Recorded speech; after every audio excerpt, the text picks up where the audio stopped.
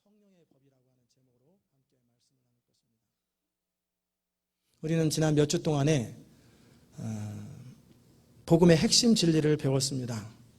이런 교리 부분의 정리는 단지 내가 복음의 진리를 안다라고 하는 지식을 위해서만 필요한 것이 아닙니다. 이 진리는 우리의 삶을 자유케 합니다. 진리는 우리를 자유케 합니다. 그렇지 않다면 진리는 진리가 아닙니다. 세상 사람들은 말합니다. 진리가 밥 먹여주냐고. 그런데 성경은 말합니다. 진리가 밥 먹여준다고 말합니다. 사람이 떡으로만 사는 것이 아니라 하나님의 입으로 나오는 말씀으로 산다라는 그 증거로서 이스라엘 백성들이 광야에서 40년 동안 농사 짓거나 수고하지 않아도 300만 명이 그냥 먹고 살았어요.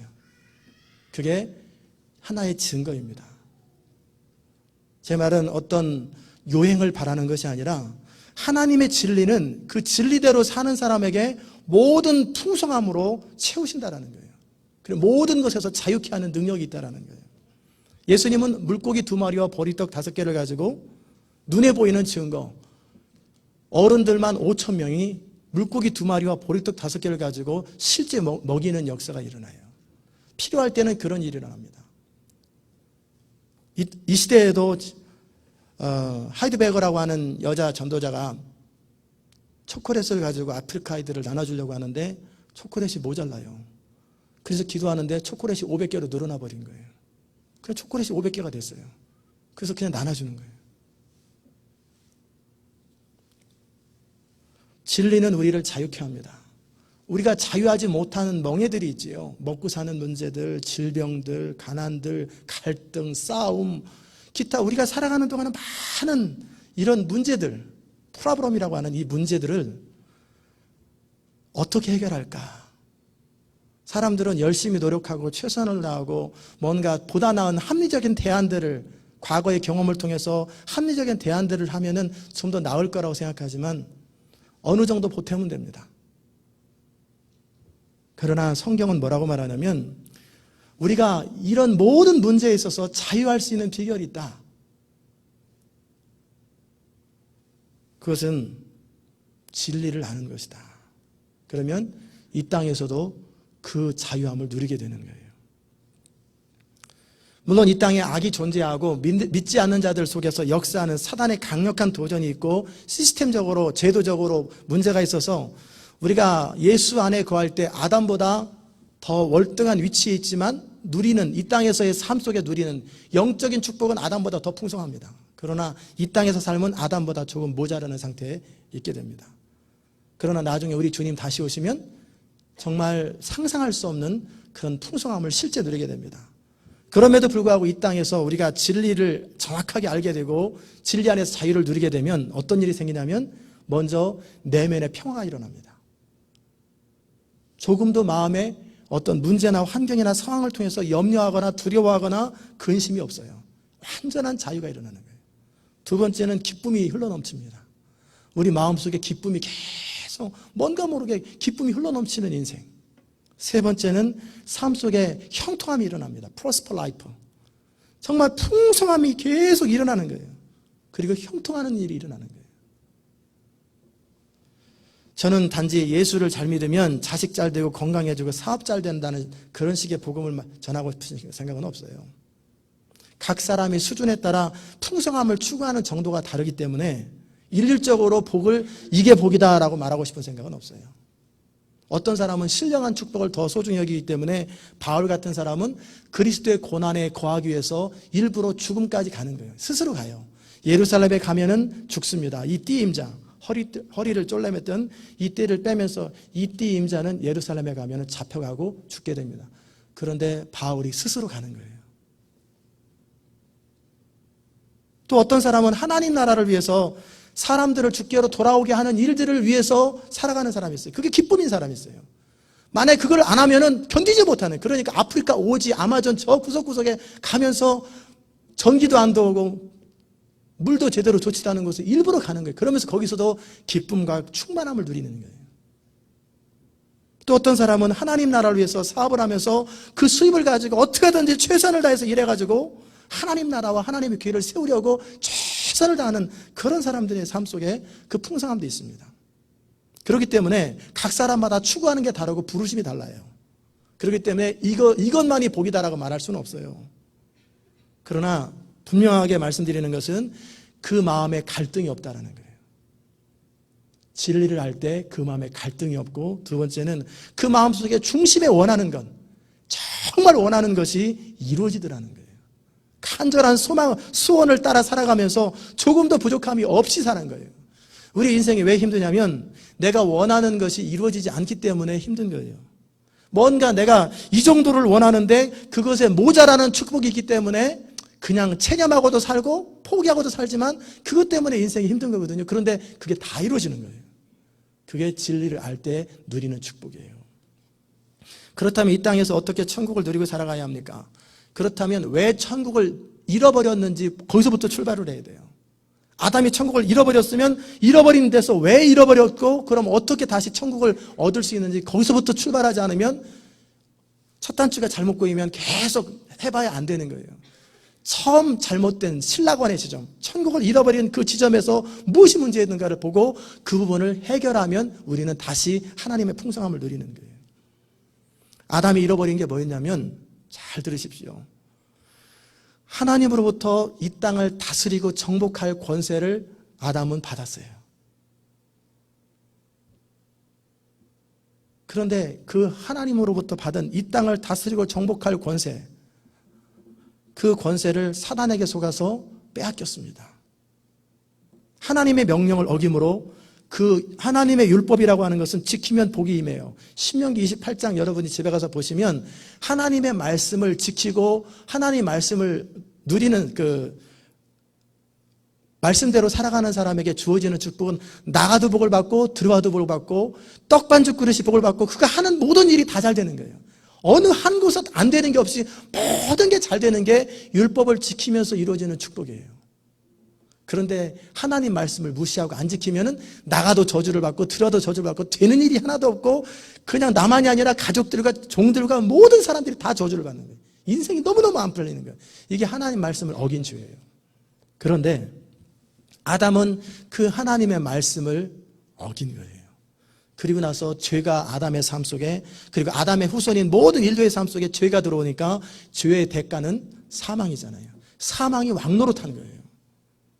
그래서 아담 이후의 모든 인류는 죄가 다스리는 삶, 사망이 다스리는 삶을 살기 때문에 인생이 그토록 힘든 거예요. 조선시대도 힘들고요, 고려시대 때도 힘들고요, 한국만이 아니라 일본, 그리고 중국, 유럽, 전 세계 구석구석에 악이 너무나 가득하고 비참함이 가득하고 가난이 가득하고 지금도 전 세계 3분의 1의 사람들이 생존의 문제 가지고 먹는 문제가 해결되지 않아서 고통을 당하고 있어요. 이런 일들이 계속 생기는 거예요. 왜? 저주 때문에 그래요. 아담의 범죄로 인해서 인류에게 임한 저주, 그 저주가 우리를 힘들게 하는 거예요. 사람들은 이 저주의 문제를 해결해 보려고 도덕을 가르치기도 하고 제도를 바꿔보기도 하고 사람들 여러 가지 모양을 시도하지만 그러나 불가능하죠. 그게 역사입니다. 이 문제를 해결하시기 위해서 이 땅에 오신 분이 누구냐면 예수 그리스도예요. 하나님 그분께서 인간의 문제를 해결하기 위해서 이 땅에 예수님을 보내셨고, 그 예수님은 우리가 저지른 죄에 대한 대가를 대신 지고 십자가에 달려 죽으셨고, 우리가 지켜야 될 그 율법을 예수님께서 친히 다 지켜주셨고 이루어 주셨어요. 그렇기 때문에 죄의 대가는 해결받았고 예수님께서 율법을 다 이루어 주신 거예요. 그 예수님의 이루어 놓으신 것이 우리의 것이 되면 우리 죄는 사함을 받고 우리가 이루지 못한 율법의 축복, 율법을 이뤘을 때의 축복을 우리가 그냥 누리게 되는 거예요. 그게 축복입니다. 그래서 하나님은 말씀하셨습니다. 요한복음 3장에 하나님이 세상을 이처럼 사랑하사 독생자를 주셨으니 이는 저를 믿는 자마다, 아무도 차별이 없어요. 누구든지 믿는 자마다 멸망치 않고 영생을 얻게 하려 하심이라. 이제 누구든지 그리스도 안에 거하기만 하면, 예수님의 십자가의 공로를 받아들이고 그 예수님을 나의 주인으로 삼기만 하면 그 사람은 새로운 피조물이 돼요. 그리고 그 사람 안에 영이 있는데, 영이 죽어 있었는데 영이 살아납니다. 그리고 하나님과 교제가 시작되고 영 안에 하나님의 생명이신 성령께서 좌정하셔서 그 영 안에서 일하시고 활동하시는 거예요. 그래서 그 영 안에서 성령이 마음껏 충만하게 일하시면 우리는 자연스럽게 몸의 행실이 그냥 극복되어 버리는 거예요. 그토록 안 되던 것이 그냥 되어져 버리는 거예요. 그래서 생명이 왕노릇하는 거예요. 그런데 이것을 방해하는 것이 있지요.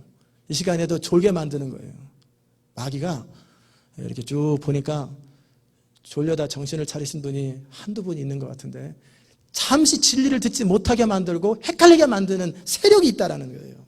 이게 방해꾼이고, 두 번째는 우리가 너무나 오랫동안 잘못 길들여진 생각의 패턴이 있어요. 어깨 잡으면 재수 없다는, 문턱 밟으면 재수 없다. 아침 첫 손님이 외상 손님이면 하루 종일 재수. 그건 다 진리가 아닌데 그것을 진리처럼 가지고 살아가는 모든 잘못된 것들. 남자는 이렇게 해야 되고 여자는 이렇게 해야 되고 그런 문화들, 이런 것들이 성경적이지 않은 것들로 우리는 머릿속에 가득 차 있어요.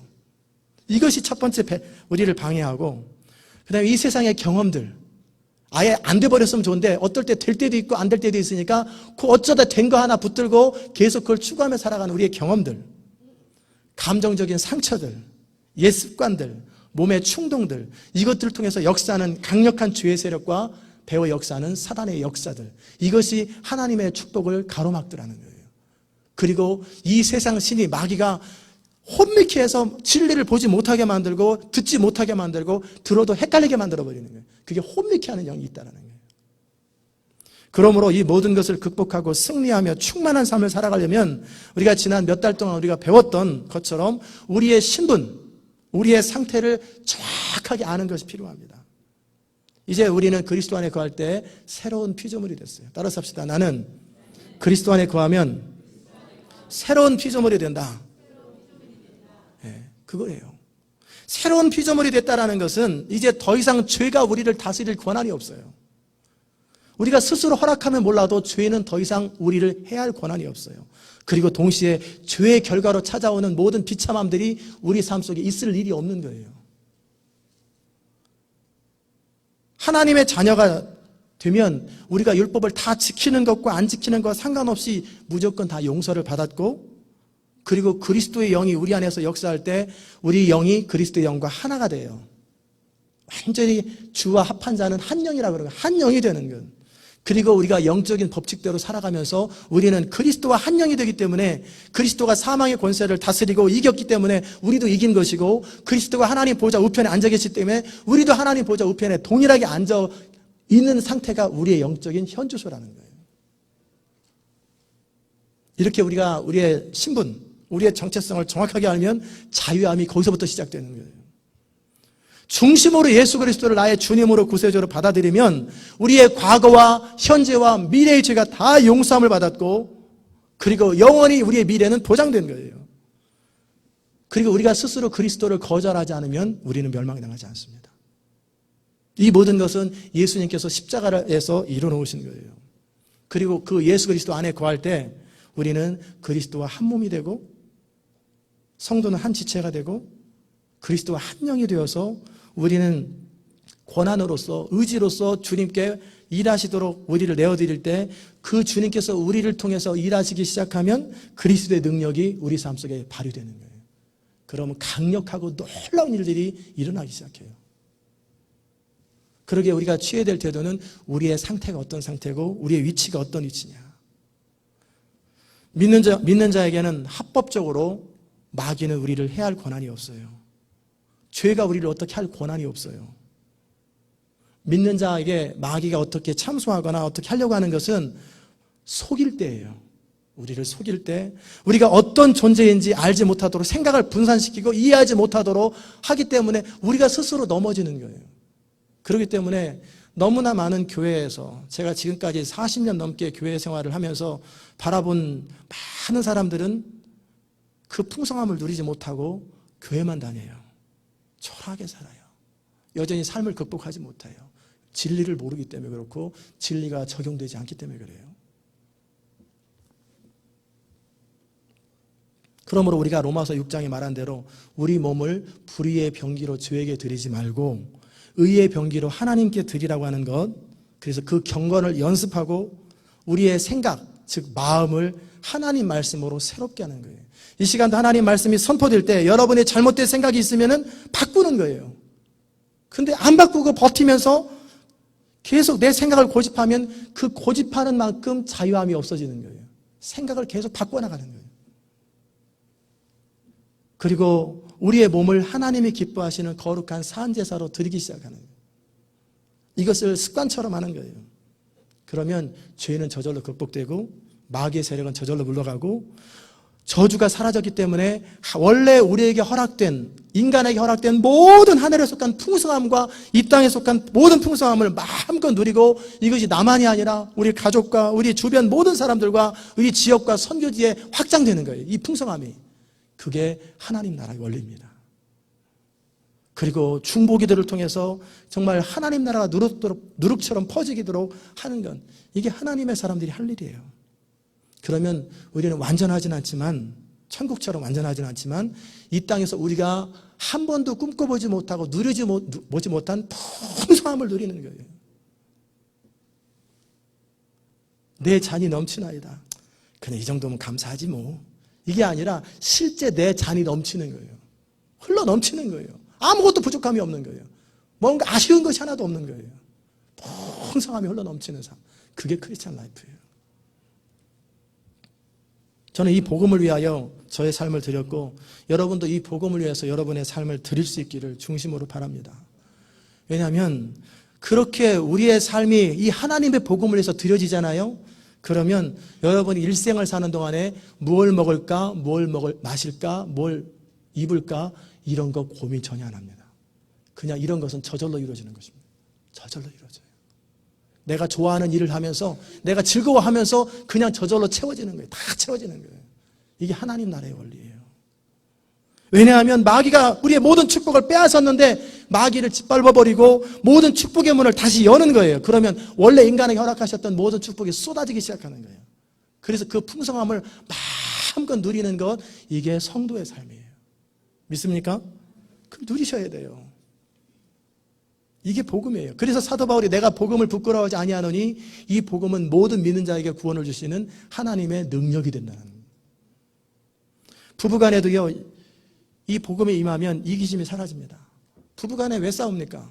결국은 이기심 때문에 싸우는 거예요. 저 남편이 나를 섭섭하게 하는 거예요. 저 아내가 나를 뜻을 안 들어주는 거예요. 그래서 여자들은 주로 남편을 향해서 자상하지 못하고 배려하지 못한다고 하면 컴플레인하고, 남편들은 여자들 고집 세고 말 안 듣는다고. 그 배후에 뭐가 있어요? 전부 다 이기심이 있잖아요. 이 이기심이 사라지면 서로가 서로에게 요구하던 것이 사라져요. 그리고 서로에게 잘해주려고 그래요. 그러면 가정은 천국으로 바뀌어버리는 거예요. 교회 안에서도요, 같은 마음을 품게 돼요. 모두가 하나님을 위해 살고 싶어하고 모두가 서로를 위해 살고 싶어하기 때문에 교회가 천국이 되는 거예요, 저절로.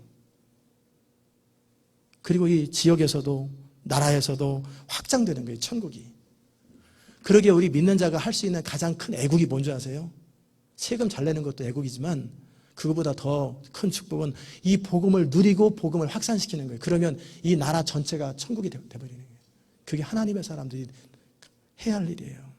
그러려면 먼저 진리를 정확하게 알고 정리하는 거예요. 그리고 그것을 내 삶 속에 그대로 적용하고 살아내는 거예요. 살아내는 것, 그걸 경건의 연습이라고 그래요.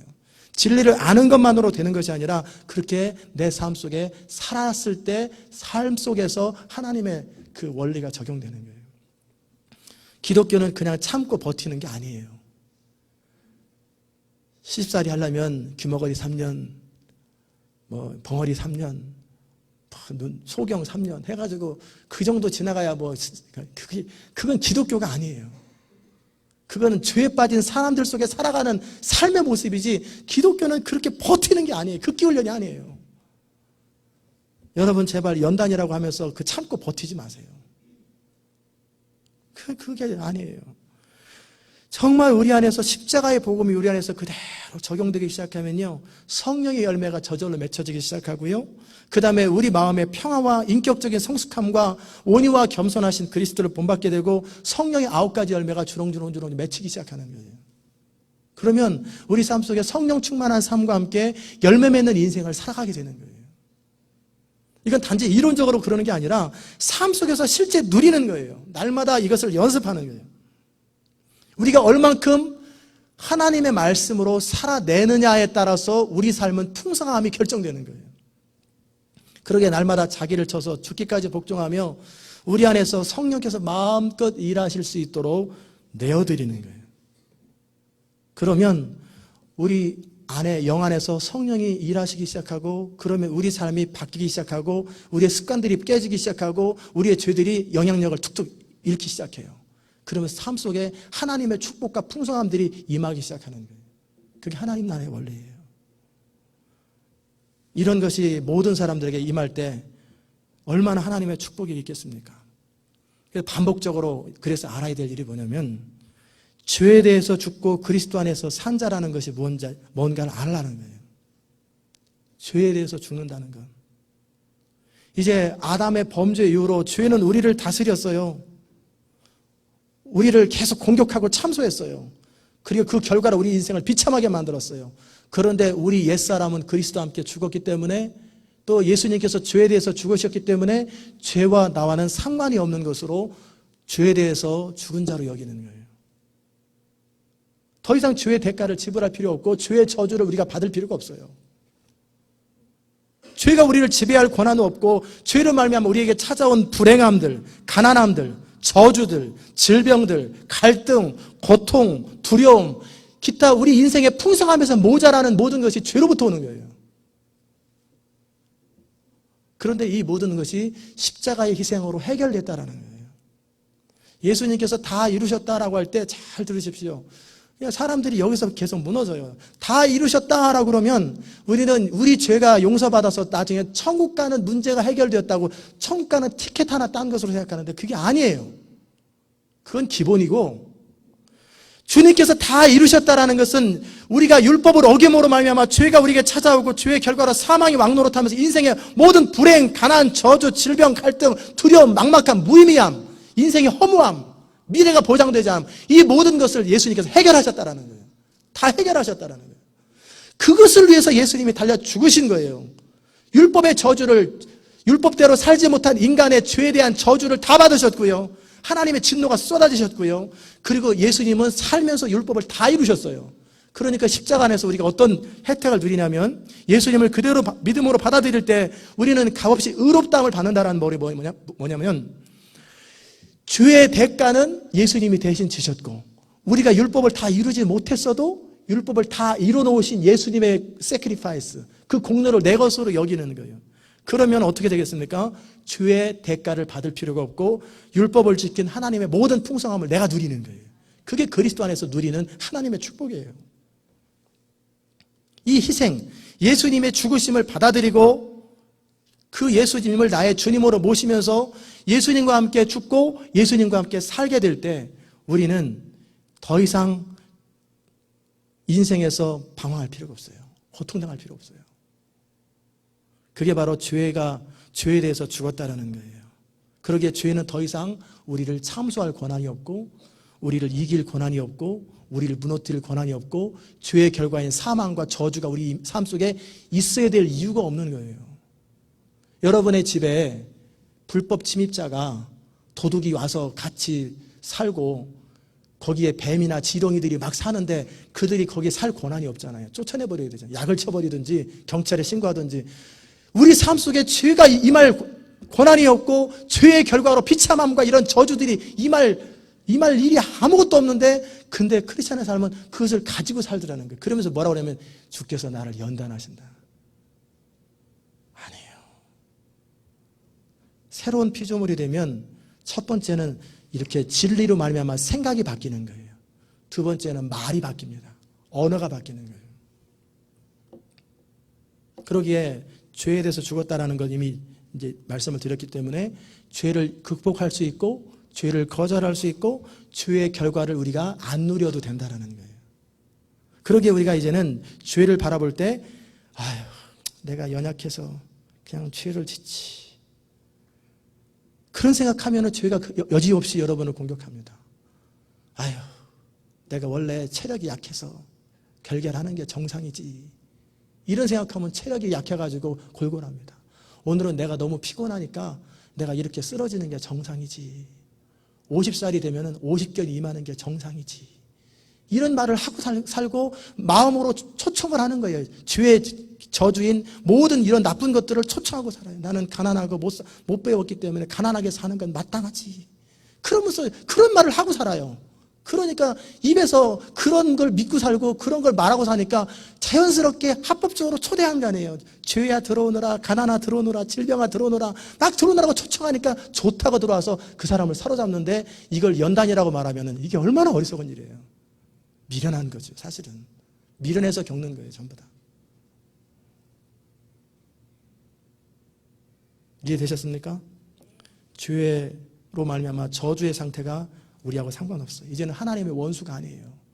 하나님이 사랑하는 자들을 축복하기 원하시지, 하나님의 원수를 멸하기 원하시지, 하나님이 사랑하는 자를 왜 하나님께서 그렇게 비참하게 살아갑니까? 연단이라고 말씀을 드렸는데 그 연단은 어떤 과정이 연단이냐면 사도 바울이 고린도후서 1장에서 내가 살 소망까지 끊어지고 힘에 지나도록 심한 고난을 받았는데 그 이유에 대해서 말씀하셨어요. 그걸 일반화시키면 안 되고요. 그 이유가 내가 다시는 자기를 의뢰하지 말고 하나님만 의뢰하게 하십니다. 내 마음대로 살고 내 뜻대로 살고 내 고집대로 살아가는 사람의 삶 속에 있는 고삐를 당기는 거예요. 그게 연단이에요. 나는 오른쪽으로 가려고 하는데 하나님은 이쪽으로 가려고 할 때 서로 안 맞아요. 의견도 안 맞고 방향도 안 맞고 그 다음에 하나님의 능력과 하나님의 은혜를 의지하는 게 아니라 내 힘과 능력을 따라 살아가니까 고삐를 당기는 시간, 그래서 턴어라운드에서 하나님과 동행하는 과정까지 가는 그 시간이 연단이에요. 그 시간이 아픔이고 그 시간이 고통인 거예요. 그러면 빨리 정신을 차리고 주님과 보조를 맞춰서 같이 걸어가기 시작하면 당할 일이 하나도 없죠. 그게 하나님의 축복입니다. 그게 바로 의에 대해서 산 자가 되는다는 거예요. 생명이 왕노릇한다는 거예요. 이해되셨습니까? 이거를 그냥 그럴 수도 있다라고 생각하지만 정확하게 받아들이고 인정하세요. 그리고 그리스도와 연합한다는 게 뭔가. 교회 다니는 사람이 교회만 다녀요. 제가 보면은. 그래서 교리적으로 가르침 받고 성경 공부만 해요. 그래서 머리만 가득하고 실제 삶으로는 살아내지도 못하고 그리스도와 한 몸이 되어야 되는데 그리스도와 따로 놀으니까 마음이 늘 갈등이 생기는 거예요. 마음이 나뉘어요. 그리스도와 연합하면 어떤 일이 생기겠어요? 예수님의 소원이 나의 소원이 되고 예수님의 기쁨이 나의 기쁨이 되고 예수님의 꿈이 나의 꿈이 되고 예수님이 그토록 가고자 하는 것이 내가 가고자 하는 것, 그것이 되는 거예요. 예수님과 우리가 하나가 되는 거예요. 그러려면 우리 옛 사람이라는 것은 여전히 이기적이고 죄중심이고 그 쾌락 중심이고 자기 야망 중심이에요. 이것에 대해서 어떻게 하라고 그랬어요? 죽은 것으로 여겨라. 죽었잖아요. 그리스도를 믿는다라는 것은 우리 옛사람에 대해서 죽었다라는 거거든요. 나 자신에 대해서 죽은 것으로 여기고 이제 부활하신 그리스도와 함께 연합해서 주님에 대해서 산 자로 여기기 시작할 때 우리는 새로운 피조물이 되는 거예요. 그래서 내가 이제는 산 것이 아니요 오직 내 안에 그리스도와 함께 사신 것이라. 왜요? 내가 그리스도와 함께 십자가에 못 박혔기 때문에. 더 이상 이제는 죄의 종노릇이 아니라 그리스도와 연합한 관계가 되는 거예요. 그리고 우리가 2주 전에 말씀드렸던 율법에 대해서 죽었다라는 것도 우리가 원래는 율법을 행함으로 구원을 얻어야 되는데 율법을 행할 능력이 없었는데 이 불가능함에서 벗어나서 예수님이 율법을 다 완성해 주셨어요. 그렇기 때문에 이제는 율법을 통해서 구원 얻는 것이 아니라 그리스도께서 이루어놓은 것을 내가 받아들이는 거예요. 그래서 은혜 가운데 사는 거예요. 나는 비록 율법을 이루지 못하지만 예수님께서 율법의 모든 요구들을 다 이루셨어요. 그러므로 나는 그리스도 안에 있을 때 하나님의 은혜 가운데 사는 자요, 율법을 완성한 예수님과 함께 나도 율법을 완성하는 거예요. 이해되셨습니까? 예수님이 율법을 다 완성해놨어요. 여러분의 자녀가 잘못한 것을 남한테 어려움 당한 거, 해를 끼친 것을 여러분이 빚을 다 청산해주면 그 자녀는 빚이 없는 것처럼 예수님 율법을 다 지켜놨기 때문에 우리가 그리스도와 한 몸이 되고 한 영이 되면 우리도 율법을 다 지킨 거예요. 그게 우리의 위치예요. 이제는 은혜가 우리를 다스리고 사랑이 다스려서 이제 율법을 지키는 건 구원받기 위해서 아니면 안 하면 혼나니까가 아니라 그냥 저절로 기쁨으로 율법을 지켜지게 되는 거예요. 저절로 지켜지는 거예요. 그 이상의 것을 하는 거예요. 그 이상의 것을. 그게 사랑의 원리예요. 지난주에 우리 나눴던 그 말씀 가운데 그런데 우리 마음에 하나님의 뜻을 따라 살기 원하는 거룩한 소원이 있는데 내 지체 속에서 또 다른 법이 나를 자꾸 죄의 법 아래로 사로잡아서 나로 하나님의 뜻대로 살지 못하게 하는 이 갈등의 문제를 지난주에 다뤘지요. 그런데 이 갈등에 대해서 오늘 읽었던 본문 가운데 더 이상 그리스도 예수 안에 있는 자에게는 정죄함이 없다라는 거예요. 그로 인해서 정죄함이 없다. 왜냐하면 우리 힘과 결심으로 이룰 수 없었던 그 마음의 소원을 그리스도 안에서 성령이 다스릴 때 성령의 법으로 이룰 수 있기 때문에 우리는 이제 거기서 해방되는 거예요. 그 갈등에서 해방되는 거예요. 율법이 우리 죄된 본성을 가지고는 하나님의 그 말씀, 하나님의 법, 하나님의 뜻대로 살 수 없었는데 예수님께서 우리를 대신해서 죽으셨잖아요. 그리고 그러므로 말미암아 구원받은 우리 하나님의 자녀들에게 이제 하나님의 거룩한 소원대로 살기 원하는 하나님의 자녀들에게 성령께서 능력을 베푸셔서 그 죄를 극복하고 우리 마음에 성령의 소원을 하나님의 법을 하나님의 뜻을 이룰 수 있는 능력이 생기더라는 거예요. 이게 바로 비밀이에요. 이것은 내 힘과 결심으로 뭔가 하나님의 말씀과 뜻을 이루려고 하는 것이 아니에요. 내가 하나님을 위해서 열심히 살아서 내가 열심히 하나님의 뜻대로 살고 막 그렇게 노력하면 예수님이 십자가의 사건은 무의미한 거예요. 무슨 말인지 아십니까? 예수님께서 이루어놓은 율법을 내가 이루려고 노력하는 게 아니에요. 만약에 그런다면 예수님을 십자가에서 달려 죽은 것이 무의미한 거예요.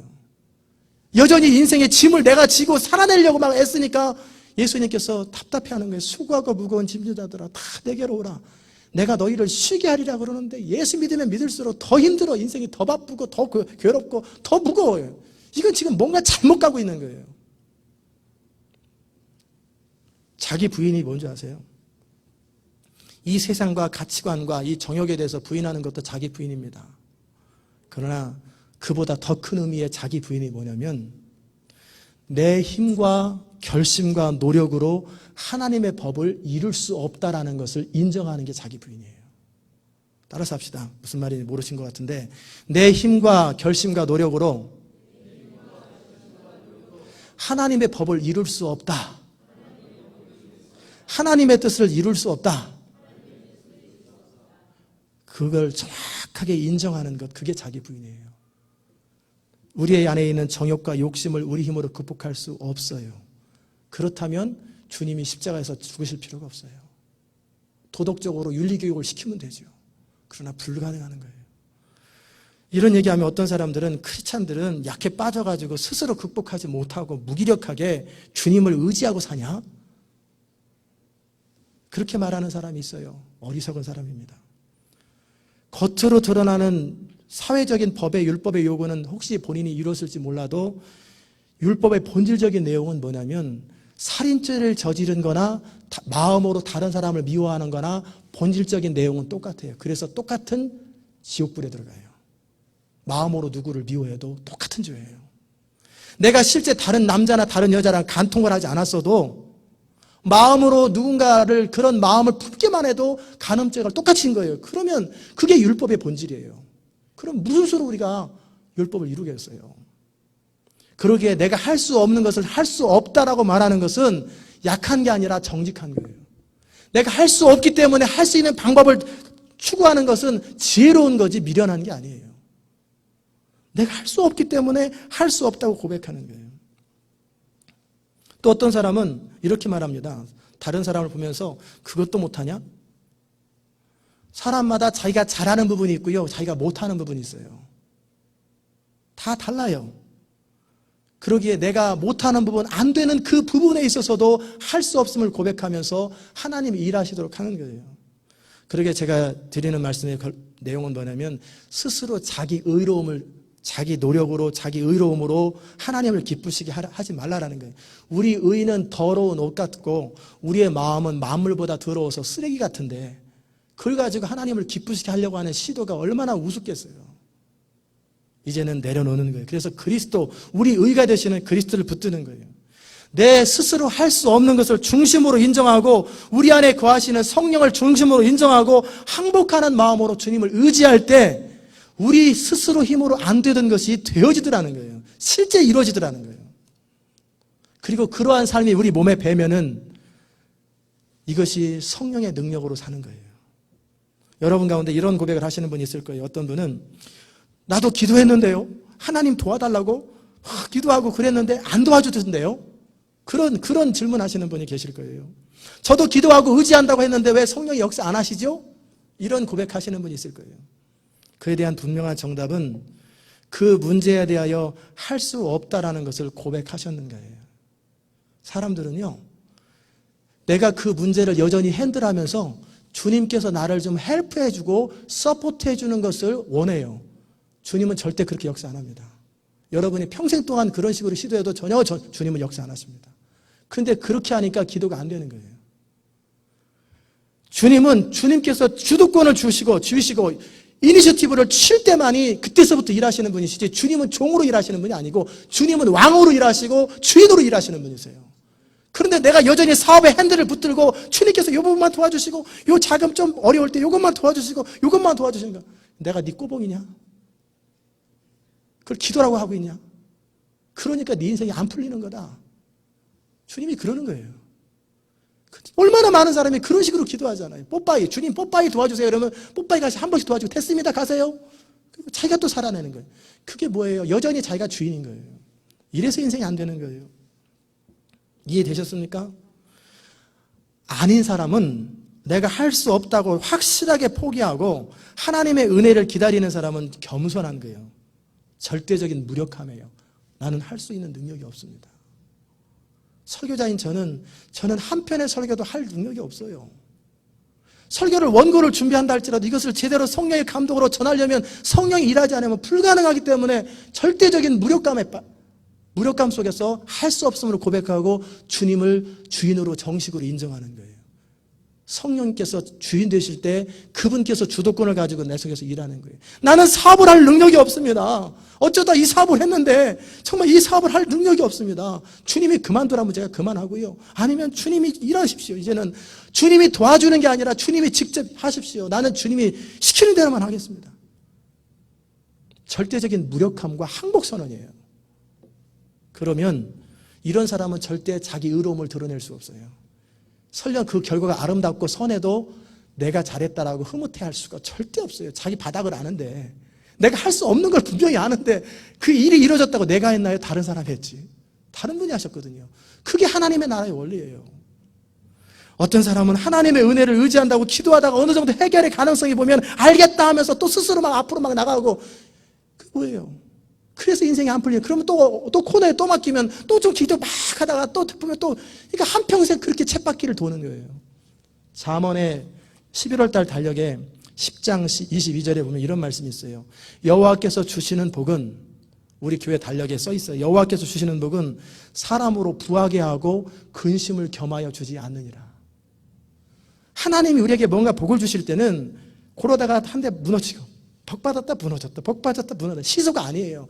하나님이 주시는 복은 우리가 계속 풍성함이 더해지는 거예요. 계속 더해지고 근심이 없는 거예요. 그게 하나님의 복이에요. 그렇기 때문에 할 수 없다라는 것을 확실하게 인정하는 사람은 처음부터 끝까지 성령을 의지합니다. 처음에도 의지하고 중간도 의지하고 끝에도 의지하고 결과도 하나님께 영광 돌립니다. 이게 하나님의 사람들이 사는 모습이에요. 이렇게 한 부분 한 부분 우리의 모든 의로움들이 제거되고 하나님의 은혜가 우리를 다스리게 될 때 영광이 하나님께 돌려가고 우리는 하나님의 영광에 동참하고 우리 삶은 풍성함과 형통함에 지속되는 거예요. 말이 안 통하기 때문에 이 땅에서 못 사는 거 아니에요. 불경기라 어려운 게 아니에요. 우리가 하나님이 내 삶의 주인이 되지 않기 때문에 인생이 안 되는 거예요. 정말 그렇게 중심으로 하나님을 신뢰하고 사랑할 때 이걸 성령을 의지한다라고 그래요. 여호와의 눈은 온 땅을 두루 감찰하사 전심으로 자기를 향하는 자들에게 능력을 베푸신다고 되어 있어요. 하나님은 사람을 봅니다. 이 시간에도 여러분을 봅니다. 사람은 외모양, 겉모양을 바라봅니다. 사람은 그 말하는 것을 바라봅니다. 그러나 여호와 하나님은 그 중심이 하나님 앞에 항복되어져 있는가? 중심이 하나님을 절대적으로 신뢰하는가? 정말 하나님을 절대적으로 신뢰하는 사람의 특징은 뭐냐면 어차피 이 일은 하나님의 손에서 해결되기 때문에 더 이상 고민을 안 합니다. 이제는 내가 하나님을 의지한 증거는 염려가 없는 거예요. 평강이 흘러넘치는 거예요. 근심이 사라진 거예요. 이게 하나님을 의지했다라는 증거예요. 근데 여전히 기도하면서도 염려가 있고 눌리고 그런 거는 의지하지 않은 거예요. 여전히 하나님께 말은 하면서 핸들은 내가 계속 잡고 있는 거예요. 그래서 인생이 안 풀리는 거예요. 하나님이 그럴 때는 핸들을 놓을 때까지 절대 역사 안 해요. 가만히 지켜보고 계세요. 물에 빠진 사람 구해달라고 그러면은 살아있을 때 제정신에 구하면은 같이 빠져주고 그러니까 뒤통수를 쳐가지고 기절을 시킨 다음에 구하는 게 빠르거든요. 그거예요. 그러기에 우리가 성령을 의지하는 것이 습관이 되는 거예요. 날마다 연습되는 거예요. 하나님의 성령은 우리 안에 거룩한 소원을 주실 때 그 소원을 포기하지 아니하고 또 그 소원을 내 마음대로 내 힘으로 이루려고 하지 아니하고 성령의 능력으로 그것을 이루라는 거예요. 여기에 또 오해하는 사람은 참 사단이 역사를 하는지 그때 얘기를 하면 자꾸 오해를 하고 그래서 엉뚱한데 삼천포에 가서 또 빠져 있어요. 그러면 가만히 누워가지고 감나무에서 감 따들어 떨어지길 기다리는 게 하나님 의지하는 겁니까? 또 그런 질문하는 사람이 있어요. 그럼 가만히 있으면 하나님 해결해 주나요? 우리 집 밥 먹여주면 좋겠네요. 가만히 있으면 하나님이 생활비 대주고.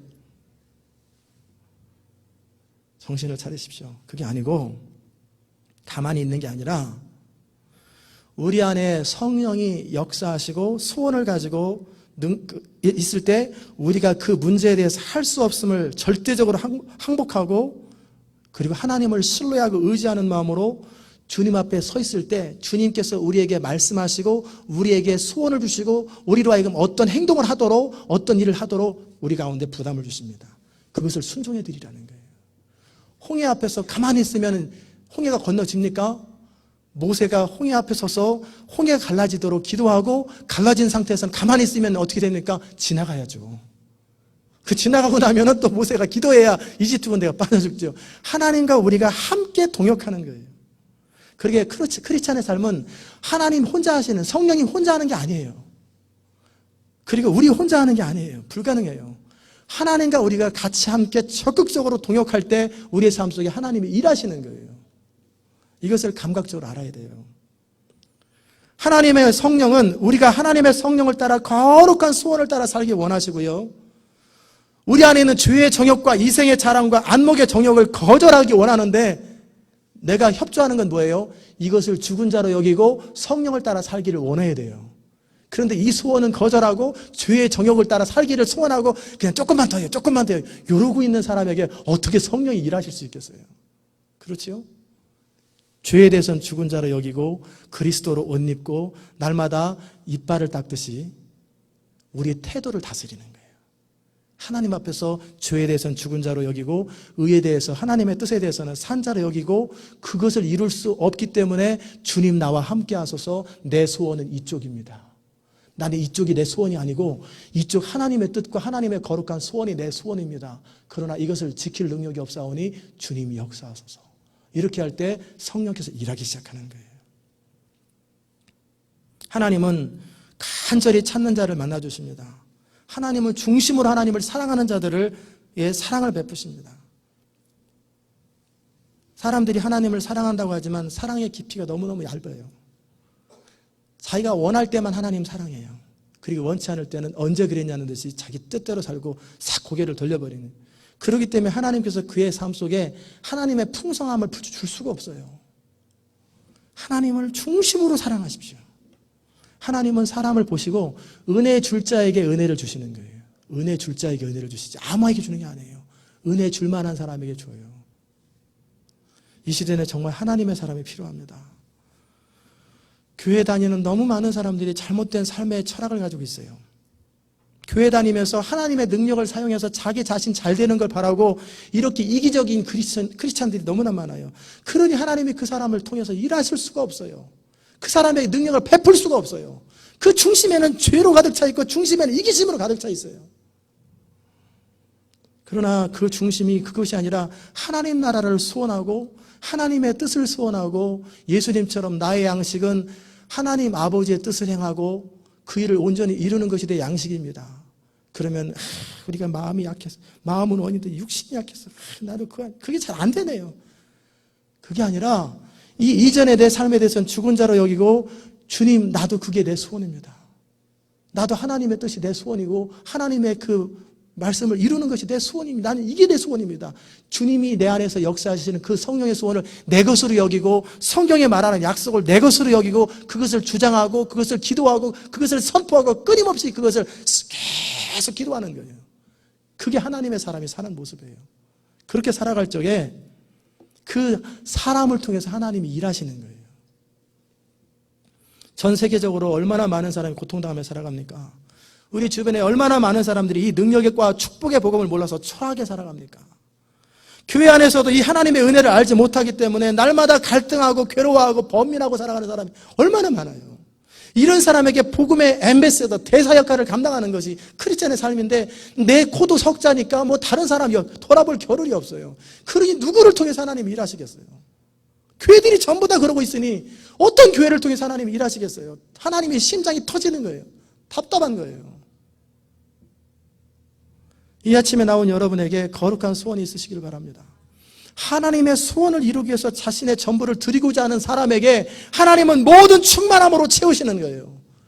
여러분이 꼭 알아야 될 원리는 하나님은 전능하시지만 하나님은 하나님의 일을 이룰 수 있는 사람이 필요해요. 그 사람이 없으면 하나님이 일하지 못하세요. 왜? 하나님이 아담에게 약속하셨기 때문에 그래요.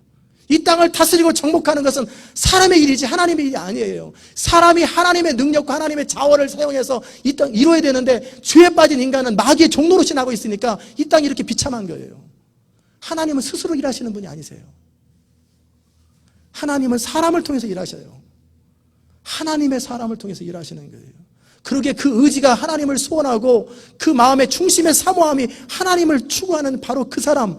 그러나 그러면서도 능력의 비밀이신 하나님과 그리스도의 능력이 자기 삶 속에 그대로 머무는 그 사람을 통해서 하나님은 일하는 거예요. 그래서 땅에서 풀면 하늘에서도 풀리고 땅에서 매면 하늘에서도 매이는 거예요. 이 땅에서 우리가 하나님의 사람으로 역할을 못하면 하나님의 능력이 쏟아질 수가 없어요. 열쇠를 열어야지 집에 들어가지. 열쇠도 안 열고 문 열려라 하면 되겠어요? 열쇠로 열고 따들어가면 그 안에 모든 보화와 풍성한 것이 다 있는 거예요. 하나님은 반드시 사람을 통해서 일하세요. 그게 하나님의 작정하신 거예요. 아담에게 약속하신 거예요.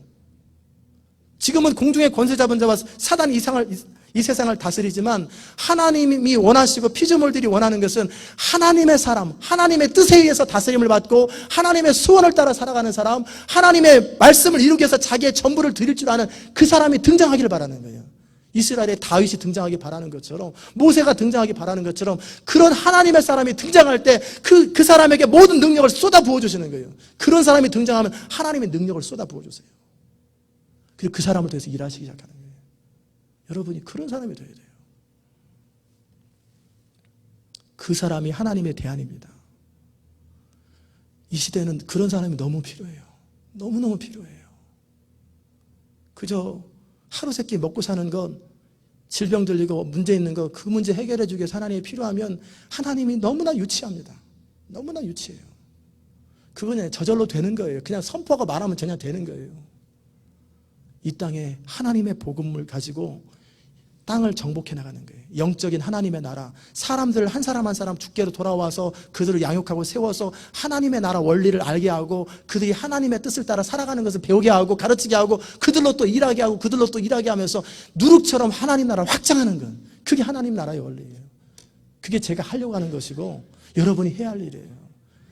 그런데 여러분 안에 그런 거룩한 소원이 있어야 되는데 도대체 하나님은 내 기도 왜 안 들어주셔? 무슨 기도인데요?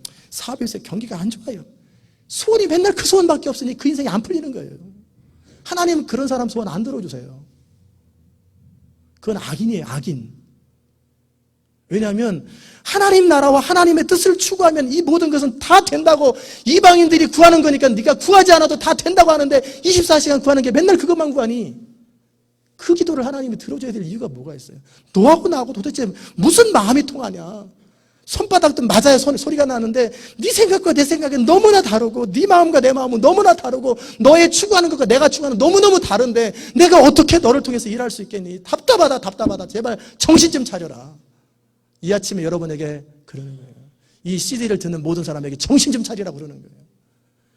그 모든 것은요 이방인들이 구하는 거예요. 그것은 하나님 아버지께서 너에게 있어야 될 걸 다 알아요. 우리 고민하는 건 우리 필요한 거 있어야 될 걸 다 알아요. 생각만 해도 다 이루어지는 거예요. 그런 거는. 생각으로 다 이루어지는 거예요. 말만 한마디만 하면 다 이루어지는 거예요.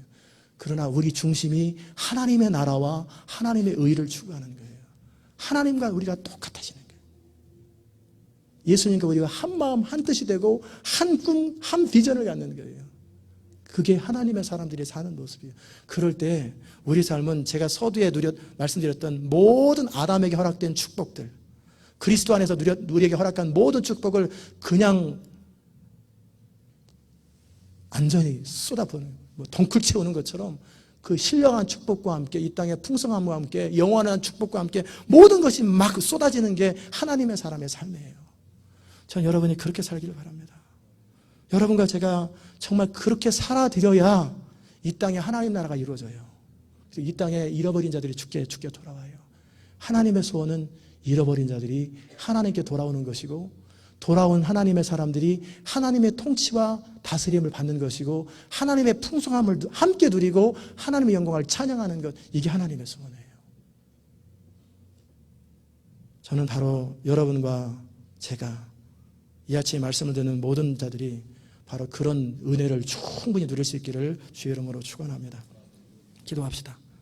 하나님 아버지, 우리가 정말 예수 그리스도를 인격적으로 주님으로 믿고 영접할 때 우리 안에서 모든 저주가 끝나고 죄로 말미암는 사망의 세력이 끝나고 우리 삶에 모든 하나님의 풍성함이 임한다고 선포했습니다.